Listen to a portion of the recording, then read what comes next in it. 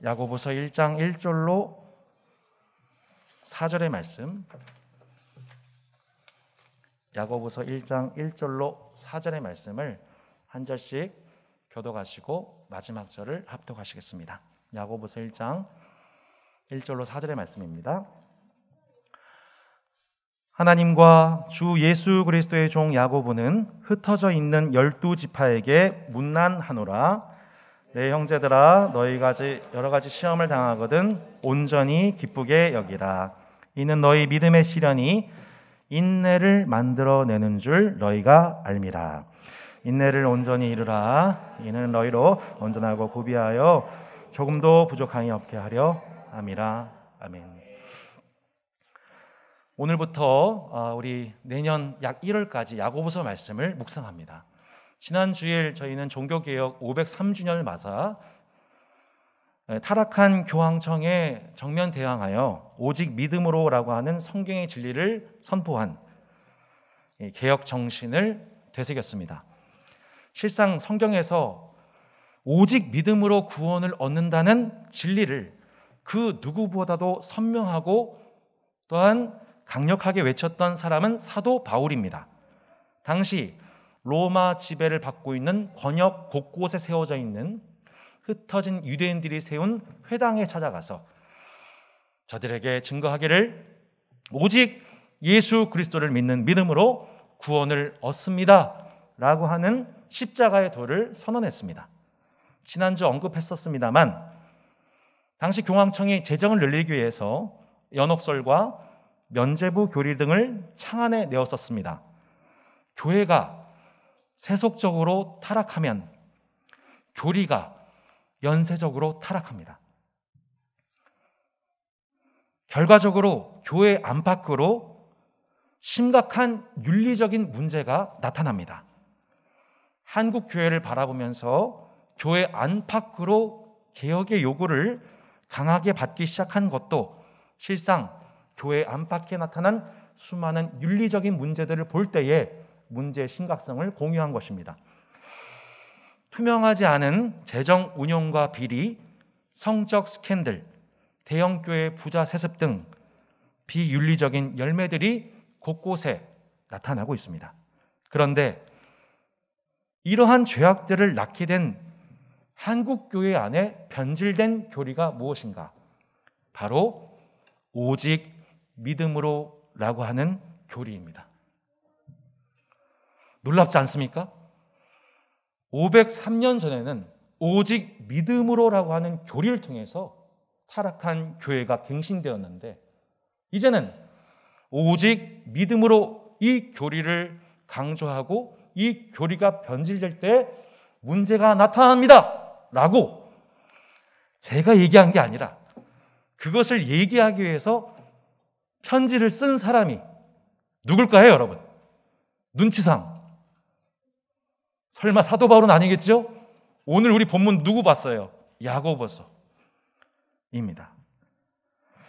여러분, 각 시대마다요 기독교의 복음이 부흥을 하게 되면, 그래서 오직 믿음의 교리를 선포한 그 이후 시점, 약 사도 바울이 활발하게 복음을 증거한 후 약 10년, 20년 지난 후부터 각 교회마다 심각한 윤리적인 문제들이 나타나기 시작했습니다. 야고보 사도가 이것을 보게 된 거예요. 바울의 복음 전도를 통하여서 회심한 신자들이 각자의 삶 속에서 오직 믿음으로 구원을 받습니다 라는 것을 강조는 하는데 실생활 속에서는 그 믿음에 합당한 생활, 동전의 양면과도 같이 믿음의 앞면에 걸맞는 그 믿음의 동전의 뒷면, 이 믿음의 행동이 전혀 나타나지 않는, 결과적으로 교회 안팎으로 오히려 많은 윤리적인 문제를 나타내는 모습을 사도 바울이 아닌 야고보가 이것을 보고 이것을 개혁하기 위해서 쓴 어떤 의미에서 종교 개혁의 책이 바로 야고보서인 것입니다. 당시 교회에 많은 그룹들이 들어왔어요. 유대인들, 헬라인들, 로마인들, 남자나 여자나 성인아이나 어린아이나, 그들 중에는 부한 자들도 있고 가난한 자들도 있었습니다. 노예 출신들도 있었습니다. 그렇게 함께 모여있는 회중 안에서 그들 안에 서로의 출신이나 외모로 서로를 차별하는 일들이 빈번하게 초대교회 안에 나타났습니다. 교회 안에서 계속해서 영적인 시험들이 일어나게 되고, 더 나아가 서로를 향해서 독한 시기나 판단하는 마음이 내부에서 퍼져나갑니다. 당시 직장 생활은 어땠을까요? 출세한 많은 기독인들이 고용된 회사의 일꾼들, 노동력을 착취하고 임금을 갈취했다라고 야고보 사도가 이 뒤편에서 그것을 고발하는 내용이 나옵니다. 마치 지난날 구약의 이스라엘 백성들이 범했던 그 죄악들을 아모스와 이사야와 선지자들이 꾸짖었던 것처럼, 종교는 부흥하나 사회적인 윤리적인 죄악이 난무하였던 구약 말미에 남유다 북이스라엘의 백성들과도 같은 부흥 이후에 많은 윤리적인 문제가 양산되었던 것은 구약의 그 모습이나 초대교회 부흥의 이후나 마찬가지였던 것입니다. 저는 개인적으로 청년 사역을 20대 후반부터 13년을 했습니다. 그래서 최근 13년 동안 직장에 취업한 청년들로부터 한국의 직장 문화에 관한 숨김없는 솔직한 얘기들을 많이 들었습니다. 제가 부인하기 어려워진 한 가지 사실은, 유독 승진한 과장과 부장급 그리스도인들이 직장 내에서 사원에 대해서 갑질하거나 불의나 간통을 범하는 권력형 범죄가 여전히 빈번하게 일어나고 있다는 것입니다. 게다가 그것을 지켜보는 많은 청년 그리스도인들이 괴로운 이유는, 그러한 임원들이 자신은 교인이다, 그리스도인이다, 주일에는 교회를 가야만 한다, 이런 식으로 자신의 신앙을 과시하거나 강요하는 모습을 너무나도 자주 보게 된다는 것입니다. 그러한 일들이 반복될수록 청년 세대나 함께 근무하는 일반인이나 교회에 대한 회의감을 갖게 되고 교회에 안 나가는 가난 현상이 나타납니다. 놀랍게도 교회의 이러한 현상들이 지금 한국 사회에만 나타난 게 아니고 초대교회가 부흥했던 시점 약 10년, 20년 뒤에 초대교회 이후에도 똑같은 현상들이 나타난 것을 보고 야고보 사도가 이것을 치리하고 경계하기 위해서, 바로잡기 위해서 쓴 편지가 야고보서였던 것입니다. 우리는 신약하면 사도 바울을 생각합니다. 그는 신약 성경책 중 12권 이상을 기록했습니다. 당시 땅끝인 유럽에까지 복음을 전파한 일에 누구보다 수고했습니다.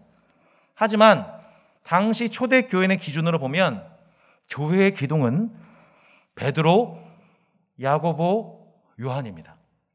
사도행전 15장을 보면 이방인 신자들에 관한 문제가 생겼을 때 바울과 바나바가 예루살렘 교회의 일을 보고하게 되고, 이것에 대한 최종적인 해석과 지침을 내린 당시 교회의 수장이 누굴까요, 여러분? 눈치상 야고보였던 것입니다. 당시 교회 최고 권위자가 바울이 아니에요. 야고보예요. 그는 매우 깊은 신학적 통찰을 가지고 초대교회가 당면한 복음 보흥 이후의 윤리적인 문제, 교회에 등장한, 난데없이 등장한 암덩어리에 대해서 이제 집도의가 되어 암덩어리에 수술을, 메스를 들이대었습니다. 그는 본래 예수님과 형제, 동생입니다. 하지만 오늘 본문에서 야고보 사도는 스스로에 대해서 이렇게 얘기합니다. 1절에 하나님과 주 예수 그리스도의 종 야고보는, 보통 자신의 권위를 나타내기 위해서 내가 예수님의 동생이에요 라고 강조하면 얼마나 어필이 되겠어요? 근데 야고보 사도는 뭐라고 그래요? 나는 하나님과 예수 그리스도의 종이다. 그가 이 편지를 누구에게 쓰고 있습니까? 흩어져 있는 12지파들, 흩어져 있는 12지파에게 문안하노라, 이렇게 나와 있습니다. 곧 유대교 출신으로서 혹은 이방인으로서 회심하여서 그리스도인이 된 모든 통칭이 무엇입니까? 12지파입니다. 신약의 12지파 된 전 세계 성도들 대상으로 이 편지를 쓴 것입니다. 바울이 각 지역 교회 성도들 향해서 고린도에 있는 자들, 에베소 교인들, 지역교회 대상으로 편지를 썼다면 야고보 사도는 스케일이 크죠. 전 세계에 흩어져 있는 12지파를 대상으로서 이 편지를 썼던 것입니다. 오직 믿음으로 구원을 얻는다는 기독교의 진리를 오해하고 믿음으로 구원받았으니 이제 나는 자유해 라고 복음을 오해하면서 많은 윤리적인 문제들을 낳고 있던 당시 교회의 타락을 비판하면서 이를 분별하는 교회 개혁의 편지를 썼습니다. 그래서 저는 현 시점상으로 볼 때 저는 개인적으로 한국 교회가 지금 주목하고 더 많이 연구하고 성찰해야 될 본문이 있다면 그것은 로마서, 갈라디아서라기보다는 현 시점에서는 야고보서를 우리가 주목해야 된다. 신약 성경의 배열을 보십시오. 초반에 사도 바울의 편지가 나옵니다. 근데 사도 바울의 이 오직 믿음을 강조한 서신들 뒤에 야고보, 요한, 유다 등 다른 사도들의 얘기가 첨가가 됩니다. 뒤에 나와요. 베드로, 야고보, 요한 얘기가 뒤에 나옵니다. 무슨 얘기예요? 사도 바울 통해서 복음이 전파되는데 그 뒷수습하는 얘기들은 오히려 야고보서와 요한 1, 2, 3서 등을 통하여서 일반 서신을 통하여서 보완되었다라고 보는 것이 가장 적절한 해석일 것입니다. 예루살렘 공의회가 있었던 주후 50년 이후 어느 시점에 이 편지를 썼습니다.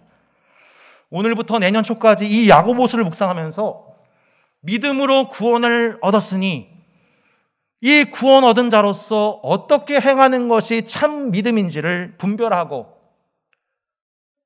내가 믿음으로 구원받았음을 자랑했으나 전혀 그에 걸맞는 삶을 살지 못했던 우리 삶의 곳곳에 남아있는 연약함들을 회개하고 마침내 주님이 참으로 기뻐하시는 의의 열매를 거두는 다산다산계 모든 성도들이 되시기를 주님 이름으로 축복합니다. 야고보 사도가 흩어져 있는 12지파들에게 이렇게 권면합니다. 1장 2절을 같이 한번 읽어보실까요? 야고보서 1장 2절입니다. 시작. 내 형제들아 너희가 여러 가지 시험을 당하거든 온전히 기쁘게 여기라. 아멘. 누구에게요? 흩어져 있는 12지파들에게 내 형제들아. 여러분, 흩어져 있는 12지파들 다시 한번 생각해 보십시오. 이 표현 자체에서 보듯이 당시 많은 그리스도인들은 물리적으로 흩어져 있었습니다. 사도행전 8장을 보면 예루살렘에 큰 박해가 났었을 때에 사도들만 예루살렘에 남게 되고 나머지 성도들은 다 뿔뿔이 유대와 사마리아로 흩어졌다는 것을 보게 됩니다. 그들은 정치적으로 핍박을 받았습니다. 정치적으로 집단적으로 이것에 대응할 힘도 능력도 없었습니다. 마테나 삭개오가 같은 동포들에 의해서 혈세를 쥐어짜내는 세리들로 인해서 경제적인 어려움도 가중되고 있었습니다. 심지어 교회 내에서조차 상대적으로 부한 그리스도인들로 인해 많은 시험과 아픔을 여러 지체들이 겪고 있었습니다. 오직 믿음으로 구원을 받았다고 자랑하면서 교회에 들어오는 가난한 형제들을 판단하고 외모로 차별하는 일들을 빈번하게 경험하게 되면서 여러분, 가난한 자들이 얼마나 속상하고 서러웠겠습니까? 야고보서 4장을 보면 어떤 도시에 가서 1년을 머물면서 장사하여 이익을 보겠다고 한 자들은 경고가 나옵니다. 부를 추구하다가 영혼을 잃어버리고 실족하는 이들까지도 등장했습니다. 야고보 사도는 흩어진 12지파, 이 나그네와 같은 신자들에게 사도로서 말씀합니다. 내 형제들아, 너희가 여러 가지 시험을 당하거든 온전히 기쁘게 여기라. 여러분 속에서 반발감이 올라오지 않습니까? 아니, 정치적으로, 경제적으로, 심지어 교회 생활에서조차 시험 들어가지고 이렇게 힘든데 야고보 사도가 완전 꼰대야, 꼰대. 완전 옛날 사람이네. 이런 반발감이 생길 수 있을 것 같습니다. 그런데 야고보 사도가 그 이유를 다음과 같이 설명합니다. 3절, 이는 너희 믿음의 시련이 인내를 만들어낸 줄 너희가 알미라. 4절, 인내를 온전히 이루라. 이는 너희로 온전하고 구비하여 조금도 부족함이 없게 하려 함이라. 여러분, 시험은요, 곧 믿음의 시련은요, 인내를 반드시 이끌어냅니다. 그 인내 속에서 우리가 온전하고 구비하고 조금도 부족함이 없게 하는 그 원리를 야고보 사도가 설명하고 있어요. 결과적으로 이것을 우리가 결과적으로 이것이야말로 우리가 시험을 기쁘게 받아들일 수 있는 이유라고 설명합니다. 여기서 나오는 시험, 페라이스모스라는 헬라어 단어입니다. 야고보에서 시험하면 우리는 테스트, 템테이션 이렇게 구분해서 얘기하잖아요. 원문상으로 보면, 헬라어 원문으로 보면 테스트나 템테이션이나 원문처럼 똑같습니다. 하나님도 우리에게 시험을 허락하시고 동시에 마귀는 그 시험 속에서 우리를 또한 시험하는 것입니다. 잠시 생각해 봤습니다. 제가 학교를 다니면서 내가 단 한 번이라도 시험을 좋아했던 적이 있는가? 한 번이라도 내가 딱 한 번만이라도 중간고사, 기말고사, 초중고 시즌마다 있었던, 그리고 대학교 입시, 대학원 입시, 강도사고시, 목사고시를 단 한 번만이라도, 내 인생 단 한 번만이라도 시험 너무 좋아, 막 이렇게 나 당장 시험 보고 싶어, 그런 적이 한 번도 있었던가? 놀랍게도 한 번도 그런 적이 없습니다. 그런데 딱 한 번 있습니다. 제가 그날만을, 시험 보기만을 기다렸던 날이 있습니다. 여러분 언젠지 혹시 아세요? 언제일까요? 시간이 없어서 바로 넘어가겠습니다. 운전면허 따는 날이었습니다. 운전면허 따는 날. 제가 필기는 한 번에, 실기는 두 번 만에 붙었습니다. 면허증 받고서 얼마나 그것을 기뻐했는지 모릅니다. 왜 그랬을까요? 그녀와 드라이브를 갈 수 있기 때문입니다. 저기 뒤에 계시는 그분과 함께 어디든지 가리라. 너무 멀리 가면 안 되겠죠? 왕수천도 갈 수 있고 홍릉도 갈 수 있고 두물머리 갈 수 있습니다. 오직 그 비전, 내가 이 시험 통과하면 말이야, 그녀를 데리고 그녀를 기쁘게 할 수 있어. 별로 표정이 안 좋으시는군요. 하여튼 여러분, 제가 그 운전면허 시험 보는 그날을 지금 오늘로부터 되도록 멀리 연말 11월, 12월에 저 그때 볼게요라고 등록했을까요? 아니요. 저 되도록 빨리요. 제일 빨리요. 제일 빨리 날짜 언제예요? 그날 잡아주세요. 바로 등록금 냈습니다. 제가 시험을 기쁘게 여긴 이유는 딱 한 가지입니다. 실력과 자격을 얻기 위해서였습니다. 이동원 목사님이 이런 표현을 하셨어요. 우리 중에 시험을 좋아하는 사람은 아무도 없다. 그러나 시험지를 앞에 두고 그것을 풀지 않는 사람은 아무도 없다. 시험을 빨리 봐야 내가 뭘 제대로 알고 있는지, 내가 뭘 헷갈려하고 있는지 바로 압니다. 내가 어디를 공부 안 했는지 정직하게 드러나는 거예요.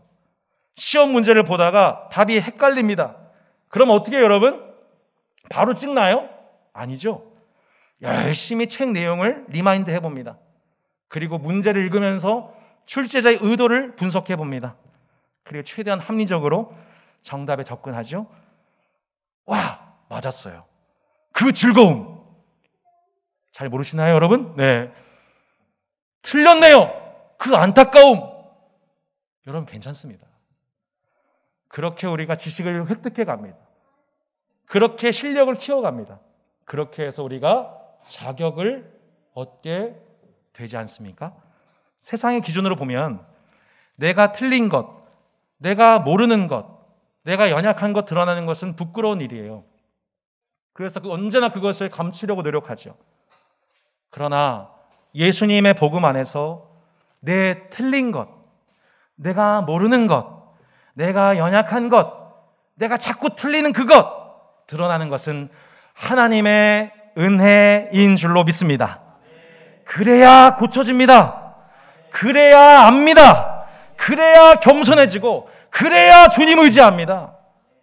내 힘과 지혜로는 부족하다는 것을 인정해야, 그때야 우리가 주님 의지합니다. 주님 의지할 생각이 그때서야 나는 거예요. 우리 다 그렇잖아요. 갈 때까지 가보는 거, 내 힘과 계획과 지혜로 내가 할 수 있는 데까지 다 해보는 거, 그게 우리 인생이에요.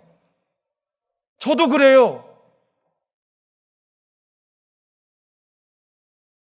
주 안에 사랑하는 형제 자매 여러분, 내가 모르는 것, 내가 오해한 것, 내가 틀린 것, 이거 드러났을 때 세상적으로는 너무 수치스러운 순간이지만 주 안에서는 내가 몰랐구나, 내가 틀렸구나, 내가 아직 연약하구나 인정하면 되는 거예요.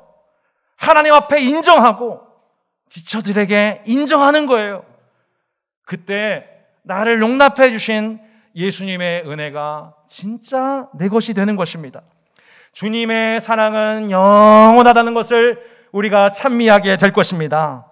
나를 용납해 주는 고마운 형제자매들이 있다는 것에 감사하게 될 것입니다. 여러분, 교회가 얼마나 좋은 곳이에요. 그런 정직하고 겸손한 자가 하나님과 사람들에게 은총과 귀중히 여김을 받는 것이지요. 하나님께서 시험을 허락하는 것이, 저도 예전에 그렇게 생각했어요. 날 좀 골탕 먹여서, 야, 너 한번 고난 좀 맛봐라, 너 고난 좀 한번 받아봐라. 고난 오면은 당장 우리는 우리의 죄 생각한단 말이에요. 내가 뭐 잘못했나? 그게 아니에요. 오히려 하나님은요, 그 문제를 통과할 수 있도록 이미 우리에게 사전 교육 다 해주셨고요, 지체들 통해서 반복적으로 독려해주고 계시고요, 저번에 떨어졌는데 또 기회를 주시고요. 그런 분이에요. 여러분, 내가 시험 문제 풀고 있는데 옆에서 답 알려주면 좋겠죠? 그런 순간이 얼마나 많아요. 근데 시험 보고 있는데 여러분 옆에서 답 알려주면 그거 안 돼요. 그거 부정행위예요. 실력이 잘하진 않습니다. 내가 시험 당할 때 주님이 안 계신 것 같은 때 너무 많죠. 내가 시험 당하는데, 내가 이렇게 힘든데, 하나님의 자녀인데 고통당하는데 하나님 어떻게 나한테 이렇게 고통 줄 수만 있어? 그런데 여러분, 오해 없으시길 바랍니다. 지금은요, 때로는요, 나 혼자 고독하게 시험 문제 풀어댈 때가 있습니다. 옆에서 남이 도와주면 안 되는 때가 있어요. 그 사람 것이 되지 않기 때문에, 그 사람의 그것이 드러나지 않기 때문에, 뭐가 틀렸고 뭐가 연약하고 뭐가 부족한지를 드러나는 기회를 놓쳐버리기 때문에. 사랑하는 여러분, 고독하게 내 인생의 문제 답도 안 나오는 거 끙끙 앓으면서 고민하면서 전전긍긍하고, 한 주간 얼마나 많이 여러분 또 수고하시고 노력하시고 문제 풀다가 오셨습니까? 여러분, 좀 서러울 때가 있죠. 외로울 때가 있습니다. 하나님 원망스러울 때가 있습니다. 저도 그렇습니다. 그런데 여러분, 때로는 고독하게 그 자리에 버티고 앉아서 내게 주어진 시간 동안 그 문제를 혼자 끙끙 앓고 풀어야 그게 진짜 내 것이 되고, 그게 진짜 내 능력이 되고 실력이 되고 자격이 주어지게 되는 과정이라고 여러분 격려드리고 싶습니다. 특별히 젊은 부부들, 청년들, 청소년들, 정말 여러 가지 시험들이 많은 세대 속에 살아가고 있습니다. 결혼을 앞둔 맞벌이 예비 부부에게 얼마 전 신방을 했는데요, 이분들이 그런 얘기를 해요. 목사님, 제가요 얼마 전에요 부동산에 가서 아파트 분양에 대해서 소개받았어요. 신혼부부잖아요. 이러더래요. 신부님, 6억 원짜리예요. 이 정도면 괜찮은 거예요. 얘기를 듣고 결혼할 용기를 잊어버렸다고 합니다. 요즘 2030들은 영끌, 영혼까지 끌어모아 아파트를 구입하지 않을 수 없게 되거나, 혹은 구입한 사람들이 차익을 얻는 것을 보고 박탈감에 시달리거나, 영끌을 해도 힘들고 영끌을 안 하면 안 해서 힘든 경제적, 구조적 딜레마 속에 갇혀버린 세대입니다. 직장에서는 야근을 밥 먹듯이 하고, 교회 다니는 과장, 부장들의 갑질과 횡포에 진저리가 나고, 게다가 교회에서는 오직 믿음으로 구원을 받습니다. 성도 여러분, 이 교리가 강조될 때 도대체 이 교리가 내 삶과 무슨 상관이 있는 거길래요, 목사님? 신학과 삶의 괴리를 경험하는 것이 지금 여기 모여있는 청년 세대 2030들이십니다. 청소년들도 마찬가지예요. 대학만 가면, 청년만 되면 행복할 줄 알았는데 사회 돌아가는 모습 보아하니 진입 자체가 두려워지는 청소년 시기입니다. 1:1 제자 양육 13주 동안 얼마나 수고가 많았나요? 형제자매들 수료하면 다 끝난 줄 알았는데 끝나기는커녕 매섭게 각자에게 시험과 고난이 닥쳐오는 것을 보게 됩니다. 생각지도 못하게 신체의 부상을 입기도 하고 가정과 경제의 고난이 닥쳐옵니다. 한치 앞을 모르는 미래를 두고 와신상담합니다. 모두 그렇게 위태위태하는 삶을 살아가는 이 땅에 흩어진 12지파들로서 여러분 각자가 그렇게 한 주 동안 또 분투하시다가 이 자리에 모이셨습니다.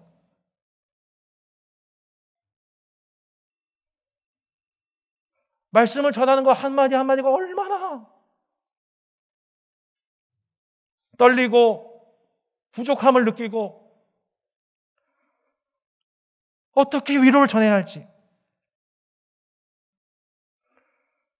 부디 예수님께서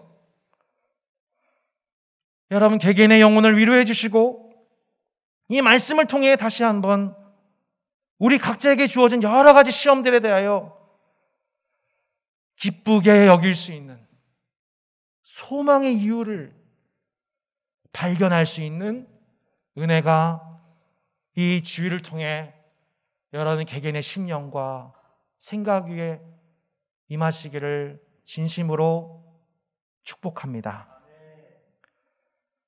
사도 바울 또한 오직 믿음으로 얻는 구원만을 선포한 것이 아닙니다. 사도 바울이 이렇게 복음을 설명했습니다. 로마서 5장 같이 한번 읽어볼까요? 시작. 또한 그로 말미암아 우리가 믿음으로 서 있는 이 은혜에 들어감을 얻었으며 하나님의 영광을 바라고 즐거워하느니라. 다만 이뿐 아니라 우리가 환난 중에도 즐거워하나니 이는 환난은 인내를, 인내는 연단을, 연단은 소망을 이룬 줄 알미로다. 아멘.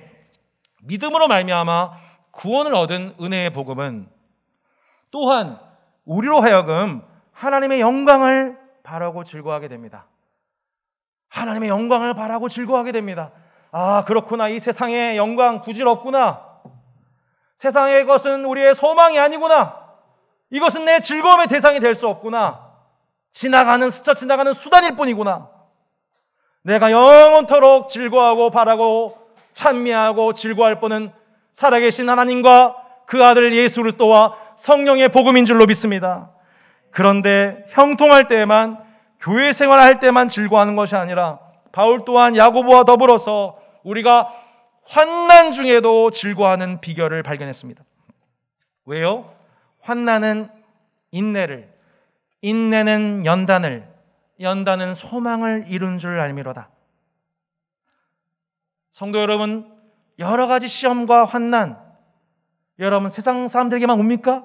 아닙니다. 예수님 믿는 우리에게도 똑같이 찾아옵니다. 오히려 예수님을 믿음으로 주어지는 고난까지 덤으로 주어집니다. 그분의 남은 고난을 우리 몸에 채워가야 합니다. 내가 예수님 믿고 그분 따라가는데 고난이 없다? 마냥 좋기만 하다? 절대 그럴 수 없지요. 반면에 내가 이 고난 때문에 내 삶은 고통과 죽음과 절망밖에 없다? 나는 하나님께 구원을 얻지 못한다? 하나님이 나를 버리셨다? 이 또한 극단입니다. 하나님은 우리가 시험 문제 풀 그 시간을 허락하십니다. 하나님이 그것을 다 맞기를 기대하신 것이 아닙니다. 100점 아니네? 너 죽을래? 뭐 이런 하나님 아니에요. 내가 그 문제에 직면하기를 바라십니다. 내 자신에 대해서 겸손하고 정직하기를 바라십니다. 낙심하기 위해서가 아니라, 낙심시키기 위해서가 아니라 끌어올리기 위해서. 손흥민의 아버지가 손흥민을 전 세계 최고의 축구 선수로 도약시켰습니다. 그 다큐멘터리 같은 거 보면요, 그 아들을 얼마나 혹독하게 다루는지 모릅니다. 아버지가 자녀를 미워해서입니까? 경주에서 떨어뜨리려고요? 그 힘들게 해서 축구 못 시키게 하려고요? 아니요. 마침내 시험을 통과하여 경주를 완주시키기 위하여 어떠한 정황에서도 최선의 플레이를 할 수 있는, 공격의 활로를 끌어갈 수 있는 공격수로 키우기 위해 정직하게 시험지를 아버지는 그 자녀에게 주고 그것을 풀게 했던 것입니다. 공을 떨어뜨리면 한 바퀴 더 돌리고, 너는 월드클래스가 아니야! 들뜬 아들을 꾸짖기도 하고. 사랑하는 성도 여러분, 오늘 예배 통해서 우리 한 가지 오해가 풀려야 됩니다. 하나님은 절대로 여러분을 낙심시키기 원하는 분이 아닙니다. 하나님은 여러분을 사랑하시는 하나님이십니다. 또 아들들에게 권하는 것 같이 너에게 권면하신 말씀도 잊었도다. 일렀을 때 내 아들아, 주의 징계하심을 경히 여기지 말며 그에게 꾸지람을 받을 때 낙심하지 말라. 주께서 그 사랑하신 자를 징계하시고 그가 받아들이시는 아들마다 채찍질 하십니다. 사랑하는 성도 여러분, 예수 그리스도 안에서 여러분을 하나님의 아들, 딸 삼으신 하나님 아버지를 찬양합니다. 우리를 아들 삼으셨기에 우리를 때로는 징계하시고 꾸지람도 채찍질도 있지만 그 모든 목적은 우리로 낙심하고 절망케 하고 끝내게 하시기 위함이 아닙니다. 오히려 소망을 주시며 오히려 도전을 주시며 마침내 완주할 수 있도록 하나님은 우리에게 기회를 허락하여 주시는 것입니다. 하나님의 첫째 아들 예수님을 생각해 보십시오. 죄가 없으신 완전하신 그분도 완주하시기 위해서 예수님도 시험을 기쁘게 여기시며 인내를 온전히 이루셨습니다. 그분은 다가오는 시험을 피하거나 미루지 않으시고 여러 시험들을 기쁘게 받으셨습니다. 시험을 통과하셨습니다. 그리고 지금도 시험당한 자들을 위해서 지금도 보좌 우편에서 울리에서 기도하고 계십니다. 감당할 수 있는 시험 주시고 감당하지 못할 때는 피할 길을 열어주십니다.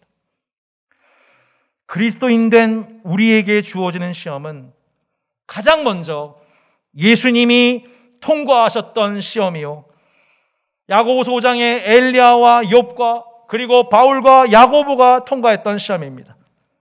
베드로와 마가처럼 실패했으나 리테스트를 통해서 통과할 수 있도록 다시 주어지는 시험입니다. 너는 감당하지 못할 거야. 하나님은 너에게 감당할 수 없는 시험만 골라서 주시는 분이야. 악한 분이지 라고 속삭이는 것은 마귀입니다. 왜냐하면 마귀는 처음부터 여러분을 속이고 넘어뜨리고 올라가지 못하게 하는 거짓의 아버지이기 때문입니다. 지난 한 주도 전쟁과 같은 삶을 여러분 헤쳐나오셨습니다. 이번 한 주 전열을 정비하기 위해서 주어진 이 귀한 주일 예배, 주일의 안식의 시간을 통해 우리는 다시 한번 전쟁을 앞두고 이 말씀을 받기 원합니다.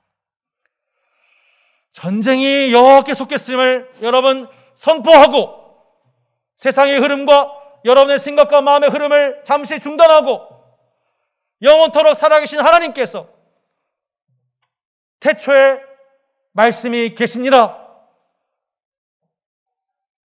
말씀을 통하여서 이 세상 가운데 안식을 부여하신 하나님께서 여러분의 상황에 대해서 마침내 말씀하시고 그 시험을 직면할 수 있는 용기를 주시고 마침내 그 감당할 수 있는 능력으로 말미암아 지금은 풀 수 없었던 그 문제가 도우시는 그 주님으로 인하여서 마침내 풀려지게 되고 시험을 이기게 되고 다시는 그 시험 통과하지 않아도 되는 그런 하나님의 사람들로서 여러분들을 강하게 하시게 해요.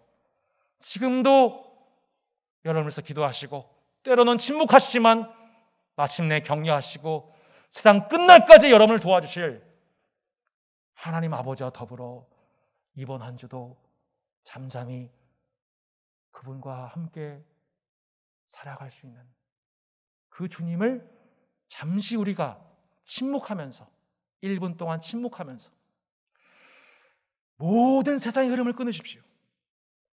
지금 내 생각과 마음도 내려놓으십시오. 지금 하나님만 생각하시고 시험을 기쁘게 여길 수 있는 소망을 주시는 주님, 기쁨과 인내의 이유 되신 주님을 잠잠히 하나님과 나 사이에서만 잠시 침묵하며 기도하는 시간 갖기 원합니다.